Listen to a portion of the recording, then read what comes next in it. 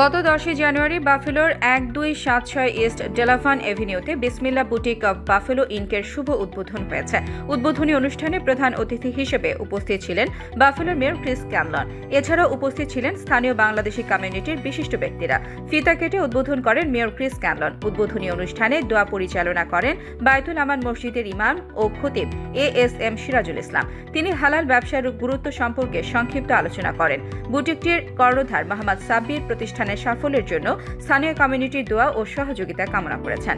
প্রতিষ্ঠানটির পক্ষ থেকে জানানো হয়েছে, এটি সপ্তাহের 7 দিনই খোলা থাকবে, সকাল 11টা থেকে সন্ধ্যা 7টা পর্যন্ত।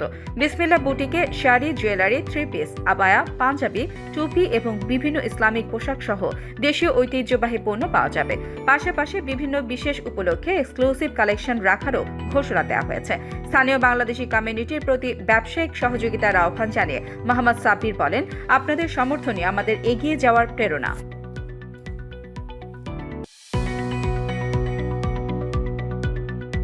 বাফেলোর 525 ব্রডওয়েতে গত 11 জানুয়ারি আনুষ্ঠানিকভাবে যাত্রা শুরু করেছে জায়রো কিং নিউ ইয়র্ক। উদ্বোধনী অনুষ্ঠানে স্থানীয় কমিউনিটির বিশিষ্ট ব্যক্তিবর্গ সহ বিভিন্ন শ্রেণী পেশার অতিথিরা উপস্থিত ছিলেন।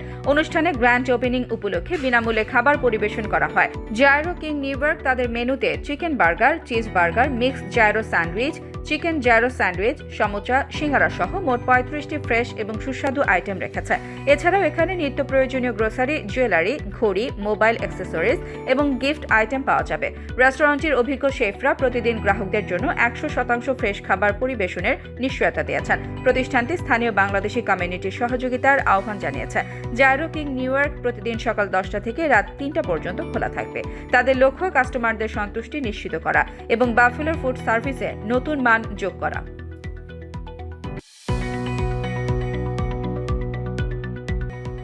নিউ ইয়র্কের গভর্নর ক্যাথি হোকুল জানিয়েছেন, ক্রিসমাস থেকে নতুন বছরের প্রথম দিন পর্যন্ত চলা drive sober or get pulled over ক্যাম্পেইনের রাজ্য জুড়ে মোট 1,29,686টি ট্রাফিক টিকিট ইস্যু করা হয়েছে। এই উদ্যোগ 11 ডিসেম্বর 2024 থেকে 1 জানুয়ারি 2025 পর্যন্ত চলে এবং বেপরোয়া ও মাদকাসক্ত অবস্থায় গাড়ি চালানোর বিরুদ্ধে কঠোর পদক্ষেপ নেওয়া হয়। প্রকাশিত প্রতিবেদনে বলা হয়েছে, এর মধ্যে 23,339টি টিকিট অতিরিক্ত গতির কারণে এবং 4,264টি টিকিট মাদকাসক্ত অবস্থায় গাড়ি চালানোর জন্য ইস্যু করা হয়েছে।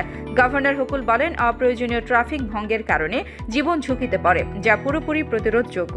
এ ধরনের উদ্যোগ দুর্ঘটনা কমাতে এবং প্রাণ রক্ষা করতে গুরুত্বপূর্ণ ভূমিকা রাখে। তিনি আইন শৃঙ্খলা বাহিনীর সদস্যদের কৃতজ্ঞতা জানান।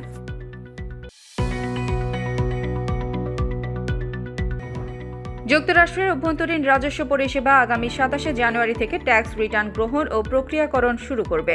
তবে IRS ফ্রি ফাইল প্রোগ্রাম 10 জানুয়ারি থেকেই যোগ্য করদাতাদের জন্য চালু হয়েছে। এই বছর 140 মিলিয়নের বেশি ট্যাক্স রিটার্ন প্রত্যাশিত এবং IRS করদাতাদের অনলাইনে আপডেটেড রিসোর্স ব্যবহার এবং বিশ্বস্ত ট্যাক্স প্রস্তুতকারকদের সঙ্গে কাজ করার পরামর্শ দিয়েছে। IRS এর আপগ্রেডেড ডাইরেক্ট ফাইল সিস্টেমটি 27 জানুয়ারি থেকে 25টি অঙ্গরাজ্যে চালু হবে। যোগ্য করদাতারা এখানে বিনামূল্যে রিটার্ন জমা দিতে পারবেন এবং রাজস্ব ফাইলিং এর গাইডেন্স পাবেন। এছাড়া ফ্রি ফাইল প্রোগ্রামটি $84,000 বা তার কম আয়ের করদাতাদের জন্য উন্মুক্ত। বিস্তারিত তথ্য ও সাহায্যের জন্য IRS এর অফিসিয়াল ওয়েবসাইট পরিদর্শনের পরামর্শ দেওয়া হয়েছে। টিকটক জানিয়েছে, সুপ্রিম কোর্ট নিষেধাজ্ঞা ঠেকানোর নির্দেশ না দিলে 19 জানুয়ারির মধ্যে অ্যাপটি যুক্তরাষ্ট্রে বন্ধ করা হবে। এই আইনের কারণে টিকটককে তাদের চীন ভিত্তিক প্যারেন্ট কোম্পানি বাইট ডান্সের সঙ্গে সম্পর্ক ছিন্ন করতে হবে। তা না হলে অ্যাপ স্টোর এবং ওয়েব হোস্টিং পরিষেবাগুলিতে অ্যাপটি নিষিদ্ধ হবে। আইনটি 2024 সালের এপ্রিলে প্রেসিডেন্ট বাইডেন স্বাক্ষর করেন এবং এটি জাতীয় নিরাপত্তার জন্য প্রয়োজনীয় বলে উল্লেখ করেন। ডিসেম্বরে আপিল কোর্ট এই আইনের পক্ষে রায় দিয়ে টিকটকের ফার্স্ট অ্যামেন্ডমেন্টের দাবি খারিজ করে দেয়। টিকটক এবং বাইট ডান্সের আইনজীবীরা যুক্তি দিয়েছেন, অ্যাপ বন্ধ হলে ব্যবহারকারীদের 1/3 হারানোর পাশাপাশি বিজ্ঞাপনী রাজস্বে বড় ধাক্কা খাবে। নতুন প্রশাসন আইনটির প্রভাব হ্রাস করার চেষ্টা করতে পারে বলেও তারা আশা প্রকাশ করেছেন। বাফেলো শহরের সাংস্কৃতিক সংস্থাগুলোর জন্য new York state council on the arts থেকে 2025 অর্থ বছরে $2.3 মিলিয়ন অনুদান ঘোষণা করা হয়েছে। এই তহবিলের মাধ্যমে স্থানীয় 80টিরও বেশি শিল্পী ও সাংস্কৃতিক প্রতিষ্ঠানকে সহায়তা করা হবে। এই অর্থের মধ্যে $1.689 মিলিয়ন পরিচালন ব্যয়ের জন্য, $3,50,000 ব্যক্তিগত শিল্পীদের জন্য এবং $2,75,000 পুনর্বণ্টনের জন্য বরাদ্দ করা হয়েছে। এছাড়া আর্ট সার্ভিসেস ইনকর্পোরেটেড বাফেলো এবং পশ্চিম নিউ ইয়র্ক অঞ্চলের শিল্পীদের জন্য বরাদ্দকৃত অনুদান পরিচালনা করবে। সিনেটর শন রায়ান এবং সিনেটর এপ্রিল বাস্কিন সহ স্থানীয় আইন প্রণেতারা বলেছেন, এই তহবিল বাফেলোর শিল্প সংস্কৃতিকে আরও সমৃদ্ধ করবে এবং সম্প্রদায়ে ইতিবাচক প্রভাব ফেলবে। NYSCA এর নির্বাহী পরিচালক এরিকা মালিন বলেন, নিউ ইয়র্কের শিল্প খাত বৈশ্বিক সংস্কৃতির কেন্দ্রস্থল এবং এ ধরনের সহায়তা তা আরও শক্তিশালী করবে।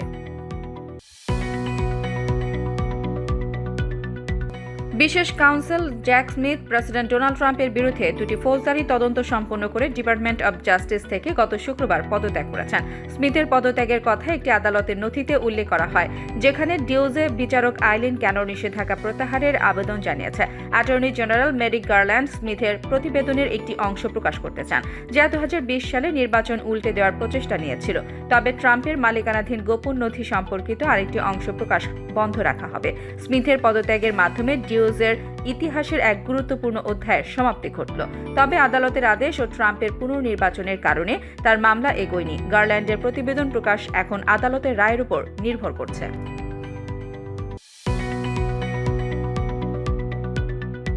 ফ্যাশন ব্র্যান্ড ফরএভার 21 এর প্যারেন্ট কোম্পানি স্পার গ্রুপ এবং জেসিপেনি একীভূত হয়ে নতুন কোম্পানি ক্যাটালিস্ট ব্র্যান্ডস গঠন করেছে। ক্যাটালিস্ট ব্র্যান্ডসের অধীনে এখন মোট 6টি বড় ব্র্যান্ড, 1008টি স্টোর, 60,000 কর্মী এবং $9 বিলিয়ন আয় থাকবে। কোম্পানিটি জানিয়েছে, নতুন প্রযুক্তি ও ডেটা চালিত কৌশল ব্যবহার করে তারা সরবরাহ চেইন ও গ্রাহক সম্পর্ক উন্নত করবে। প্রতিষ্ঠানটির সদর দপ্তর থাকবে টেক্সাসের প্লানোতে।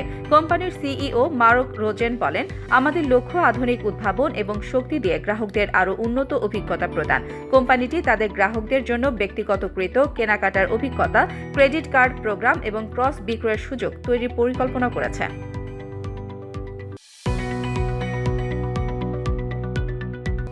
সীমান্তে ভারত আন্তর্জাতিক আইন লঙ্ঘন করে কাঁটাতারের বেড়া দিতে চাইলে বাংলাদেশ তা প্রতিহত করবে বলে জানিয়েছেন স্বরাষ্ট্র উপদেষ্টা লেফটেন্যান্ট জেনারেল মোহাম্মদ জাহাঙ্গীর আলম চৌধুরী। রবিবার সাংবাদিকদের তিনি বলেন, শূন্য লাইন থেকে 150 গজের মধ্যে অবকাঠামো নির্মাণে 4টি সমঝোতা স্মারক লঙ্ঘন করছে ভারত। তিনি জানান, এ নিয়ে ঢাকায় নিযুক্ত ভারতীয় হাই কমিশনারকে তলব করা হবে। পাশাপাশি সীমান্তে বিজিবি শক্ত অবস্থানে থাকবে। ভারতীয় সংবাদ মাধ্যম টাইমস অব ইন্ডিয়ার তথ্য অনুযায়ী পশ্চিমবঙ্গের সঙ্গে বাংলাদেশের 2216 কিলোমিটার সীমান্ত রয়েছে, যার 50% কোনো বেড়া নেই। উপদেষ্টা আরও বলেন, পূর্ববর্তী অসম চুক্তিগুলো বাতিলের প্রক্রিয়াও শুরু হবে।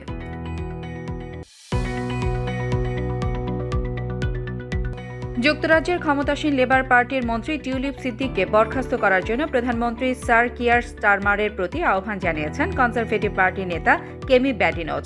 বাংলাদেশের অবকাঠামো প্রকল্প থেকে টিউলিপের পরিবারের অর্থ আত্মসাতের অভিযোগে তার ব্যবহৃত সম্পত্তি নিয়ে তদন্তের দাবিও করেছেন বাংলাদেশের অন্তর্বর্তী সরকারের প্রধান উপদেষ্টা অধ্যাপক মোহাম্মদ ইউনুস। ব্যাডিনোজ বলেন, কিয়ার স্টারমার দুর্নীতি বিরোধী মন্ত্রী হিসেবে টিউলিপকে নিয়োগ দিলেও তিনি এখন দুর্নীতির অভিযোগে অভিযুক্ত। অন্যদিকে ইউনুস দাবি করেছেন, শেখ হাসিনার সংশ্লিষ্ট ব্যক্তিদের লন্ডনের সম্পত্তিতে টিউলিপের বসবাসের খবর সামনে এসেছে।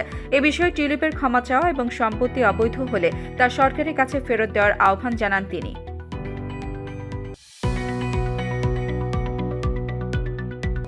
সরকার হঠাৎ করে শতাধিক পণ্য ও সেবায় ভ্যাট এবং শুল্ক বাড়ানোর সিদ্ধান্ত নিয়েছে।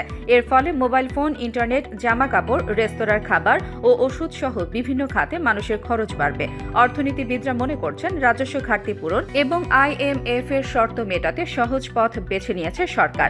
জাতীয় রাজস্ব বোর্ডের নির্দেশনায় বৃহস্পতিবার রাত থেকে নতুন ভ্যাট কার্যকর হয়েছে। ভিসিসিআই এবং অর্থনীতিবিদরা এই পদক্ষেপের কারণে মূল্যস্ফীতি বৃদ্ধির আশঙ্কা করছেন। তবে বিকল্প পদক্ষেপ হিসেবে প্রত্যক্ষ কর বাড়ানো বা কর ফাঁকি রোধে কার্যকর উদ্যোগ নেওয়ার পরামর্শ দিয়েছেন বিশেষজ্ঞরা। বিএনপি সহ কয়েকটি রাজনৈতিক দলও এই পদক্ষেপের তীব্র সমালোচনা করেছে।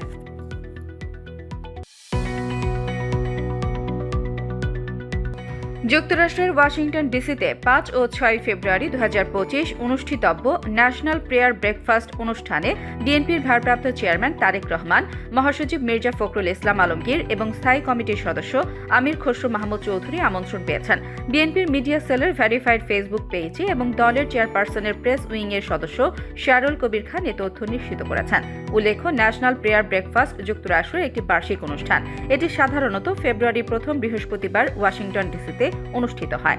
উইকিপিডিয়ার তথ্য অনুযায়ী এই অনুষ্ঠানে বিশ্বের 100-র বেশি দেশের অতিথিরা আমন্ত্রণ পান। এতে 3,500-এর বেশি অতিথি অংশ নেন।